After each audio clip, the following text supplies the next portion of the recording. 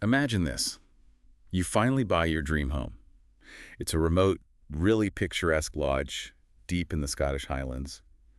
You're excited, obviously, planning a housewarming. Sounds idyllic, right? Totally. But then, a perfect storm hits. Literally, you've got leaky radiators, guests you didn't even invite showing up, and this torrential downpour trapping everyone inside. Okay, nightmare scenario. And then it gets worse. A body is found. And suddenly, it's not just one mystery, but two, unfolding within hours. And you, the owner, you're pulled right into it. An amateur sleuth in your own home. Wow, so today we're really diving deep into this. We're looking at all the sources, the initial clues, the odd interactions, the subtle details, the big shocks to piece together a really complex murder case. Right. And our mission here isn't just to tell a story. It's to show you how a sharp mind can take all these disparate things like plant evidence, a kid's drawing, and figure out who did it. Not just one killer, but two. Exactly. All while this massive Highland storm is raging outside. It's kind of a masterclass in observation, deduction, and how things you'd never think were connected suddenly crash together. Okay, let's get into it. The story centers on Rex Graves. He's a Scottish barrister, and he's the proud new owner of Gleneagle Lodge. Mm-hmm. Near Inverness, on Loch Lone, beautiful spot, converted hunting lodge, but it comes with issues. Yeah, these characterful cast iron radiators. They're leaking. Big headache for Rex, especially with guests arriving. But it's a good morning for the local McCallum brothers. Oh, definitely. They come out, take one look, and basically say, nope, can't be done before then, before the party. Charge him £50 just for looking. Classic. That Highland attitude toward work, as the source puts it. They're probably planning their afternoon at the pub already. It sets up that little clash, doesn't it? Right. Rex, the city guy wanting things done, versus the, let's say, more relaxed local pace. Frustrating for him, I bet. You think? Especially as he bought the lodge for personal reasons. He'd lost his wife to cancer. His son went off to college in Florida. He wanted to spread his wings, find some peace. Yeah, a new beginning. And he wanted it for himself and his love interest, Helen Darcy. Helen. She sounds like the practical one. Described as industrious and house-proud as a badger. Quite the image. It is. Apparently, she'd been there for 2 days already, sprucing things up. A definite contrast to Rex, who seems less keen on the actual hosting part. You can see that dynamic. He dreams it. She makes it happen.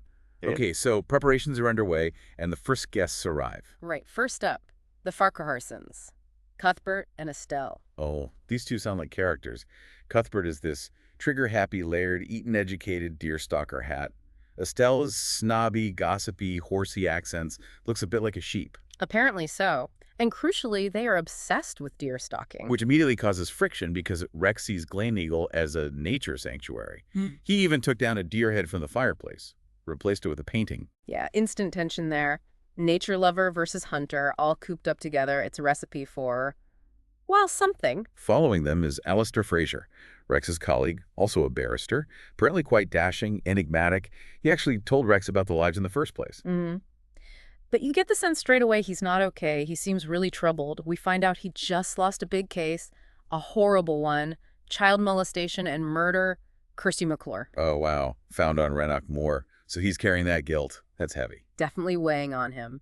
Adds another layer of darkness to the gathering. Okay, then the second wave arrives. Trouble from Loch Lochy, as the source calls it, the Allardyce family. Right. Hamish, the hotelier, bit of a character himself, wandering hands, gruff accent.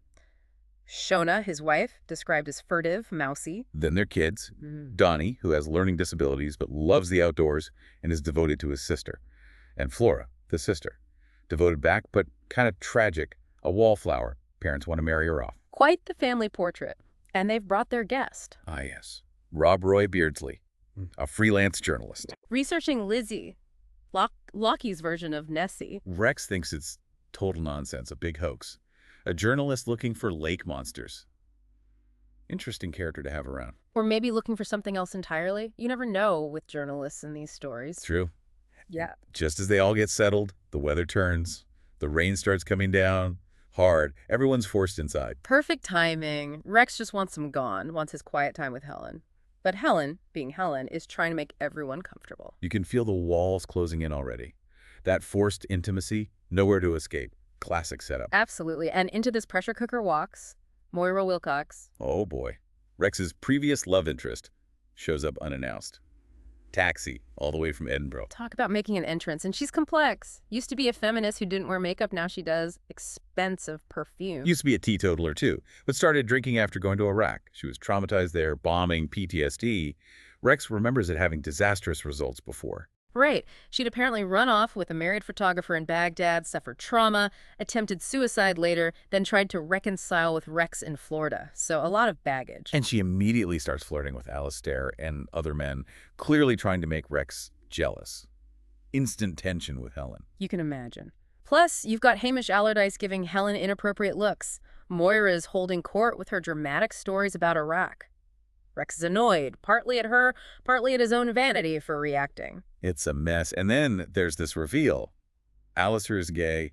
Rex is totally surprised. Helen knew already. Which is a crucial bit of misdirection, isn't it? Suddenly, any motive based on jealousy over Moira chasing Alistair, it evaporates, shows how easy it is to assume things. Definitely. So night falls, everyone's trapped, and then things get even darker. Yeah, Alistair hears news. Another child murder.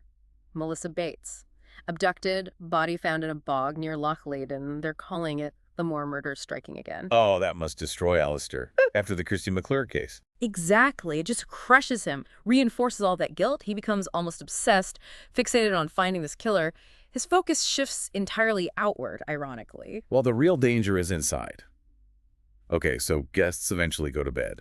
Moira gets Alistair's room. The Allardyces are stuck in the room with the leaky radiator. And Rex notices another leak in the upstairs guest bathroom ceiling, just adding insult to injury for the poor guy. These little domestic details, they just keep piling up, weaving into the bigger picture. They really do. And then comes the morning. Grim is the word. People wake up, need the bathroom. But the upstairs guest bathroom, locked from the inside. Weird, right? Rex is worried about the leak, plus people need to use it, so he tries the door. No luck. So he gets the ladder from the stable, the one the McCallums missed, fixing the window latch on, and climbs in through the bathroom window. Resourceful. Inside, there's water pooled on the floor. Quite a bit, but the bath itself, empty. And Moira's dressing gown is still hanging on the hook. Doesn't make sense. Water, locked door, empty bath, open window. Where's Moira? The answer comes moments later. From the lock, Cuthbert and Rob Roy, out looking for Bessie. The Locky monster. Well, Seriously. Well, they were, but instead, they find a body. Wrapped in a tarpaulin. It's Moira. Naked. Dead. Oh my God. Found in the lock. The reactions are all over the place. Helen's shocked, obviously. Estelle is practical, blaming the weather. Hamish makes some gross comment about her being naked. Classy. Shona tries to normalize it weirdly, linking it to a drowning at their hotel once. But Rex and Helen, they exchange a look. They know about Moira's history, PTSD, suicide attempts. So suicide is the immediate thought for them. It has to be initially. It fits her known history. But the evidence, it doesn't quite line up. The water in the bathroom, the locked door, the body moved to the lock. Right, the staging. Everyone knows she went for a bath, so drowned in the bath, then moved. Why lock the door? If she killed herself, how? If someone else did, how did they lock it from the inside and get out? Unless they used the window and the ladder. It screams foul play. Who could get in? Who wanted her dead? This is where Rex has to step up. The amateur sleuth begins. His first thoughts revolve around that bath. The water suggests a struggle, or at least, that she was definitely in the bath. Drowned there, then moved to the lock to make it look like an accident. And the locked door is the big puzzle. Suicide, maybe? Or the killer locked it, then slipped out the window using that ladder. Exactly. The ladder becomes key. Simple tool, huge implications.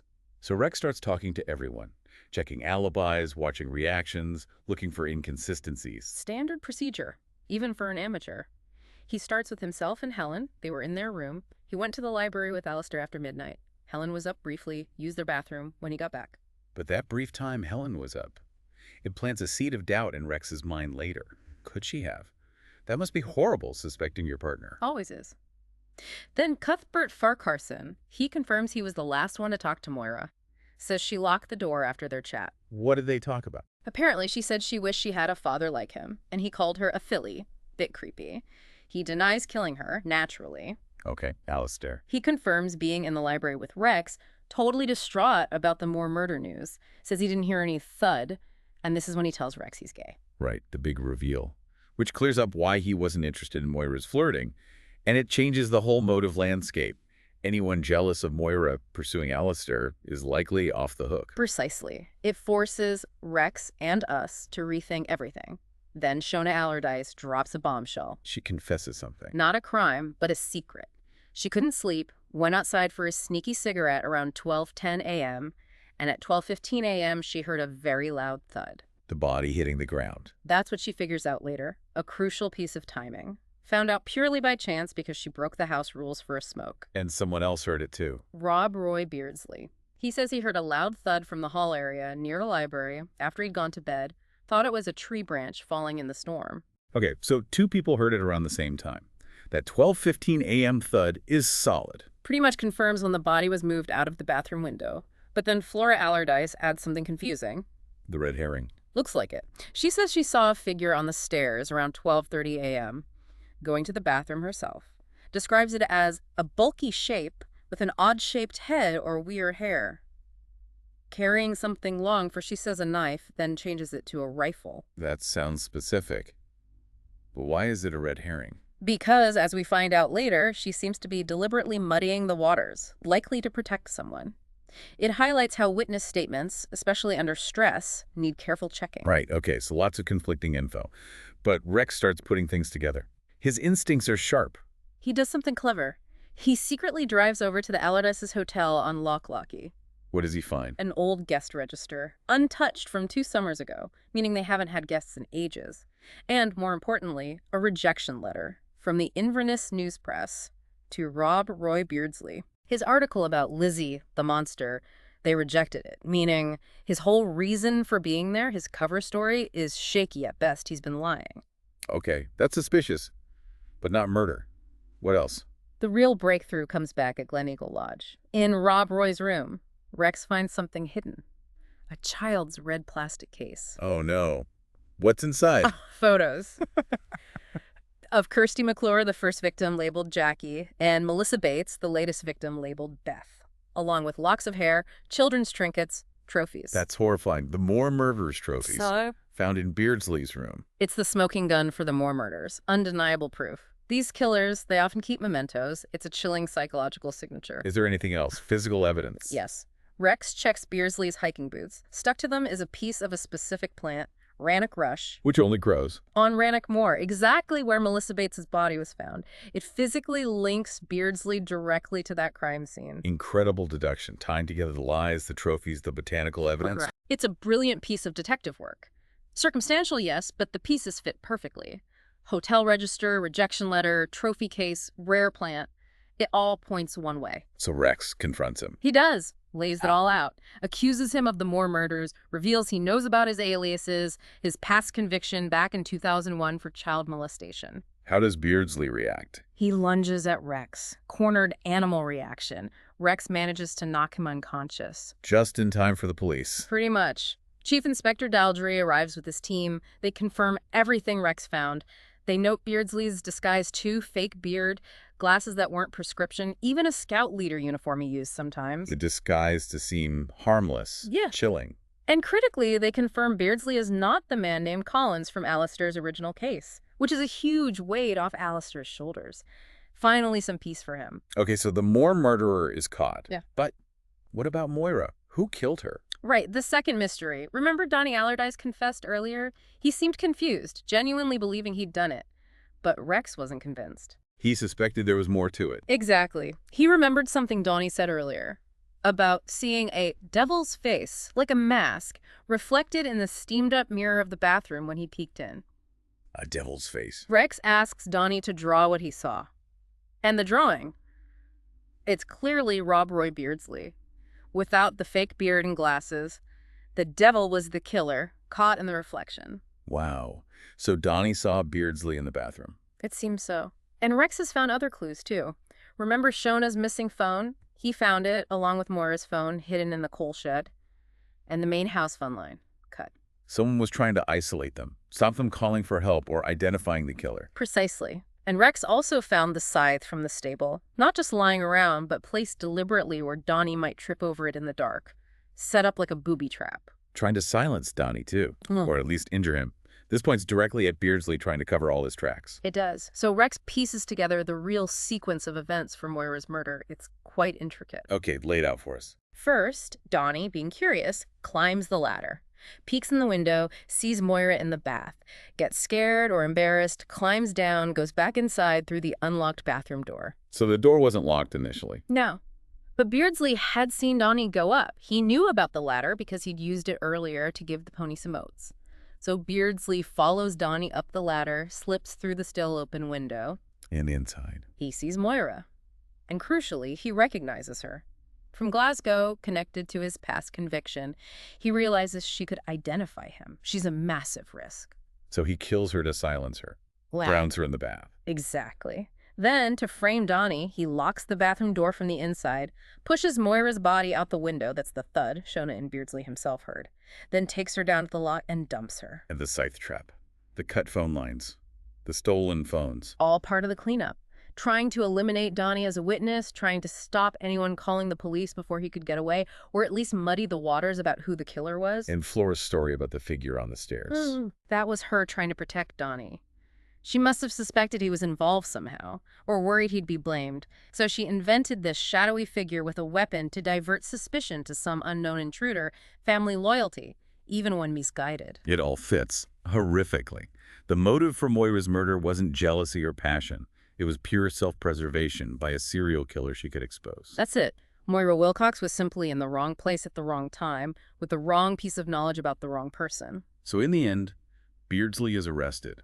Yeah. For everything. The Moor murders and Moira's death. And Donnie is cleared. Yes, his confession was just confusion and guilt over having seen her, maybe feeling responsible in some way. But he was innocent of the actual murder. What an incredible complex case. A masterful unraveling, really. The man Rex unmasks as this monstrous serial killer is also the killer, right there in his own house party. It really shows how things we think are totally separate. A housewarming, leaky pipes, and Nessie hopes, a major serial killer investigation can just collide. The complexity is astounding. You need that sharp eye to see the connections. It makes you wonder, doesn't it?